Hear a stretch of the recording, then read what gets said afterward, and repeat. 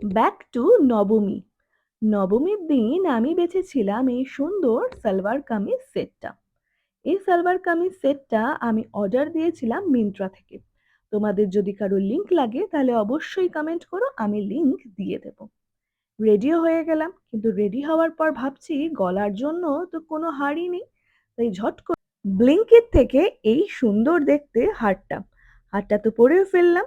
Final লুকটাতে আমাকে কেমন লাগছে অবশ্যই জানাতে হবে কিন্তু। আর এইদিকে দেখো, মেয়েও কিন্তু রেডি হয়ে গেছে। আর মা মেয়ের ম্যাচিংটা কেমন হয়েছে সেটা কিন্তু অবশ্যই জানাবে। তারপর আমি আর অনির্বাণ মিলে বাইকে করে বেরিয়ে পড়লাম একটু ঘুরতে মেয়েকে নিয়ে। এদিক ওদিক একটু ঠাকুর দেখে মেয়েকে নিয়ে চলে এলাম পাড়ার প্যান্ডেলে। আর পাড়ার প্যান্ডেলে এসে ও ঢাকের তালে নাচা শুরু করলো।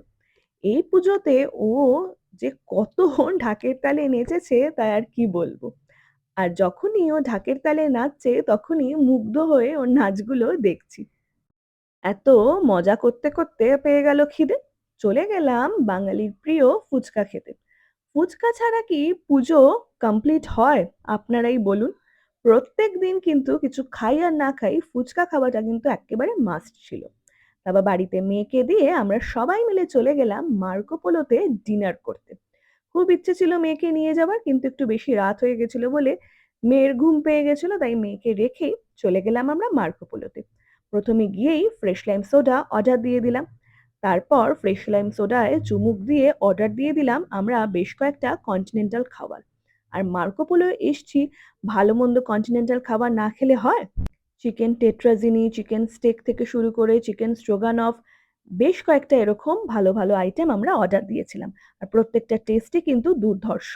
আর আলাদা করে ফিশের আইটেমগুলোর কথা বললামই না। ফিশগুলো ছিল সুপার টেস্টি আর সুপার ফ্রেশ। আর সব শেষে বাঙালি একটু মিষ্টি মুখ করবে না, তাও কি আবার হয়? একটু ভালো করে মিষ্টি খেয়ে বেরিয়ে পড়লাম আমরা বাড়ির উদ্দেশ্যে। তাহলে চলো টাটা। তোমাদের সাথে দেখা হচ্ছে দশমীর ফাইনাল ভ্লগ নিয়ে। ততদিন ভালো থেকো।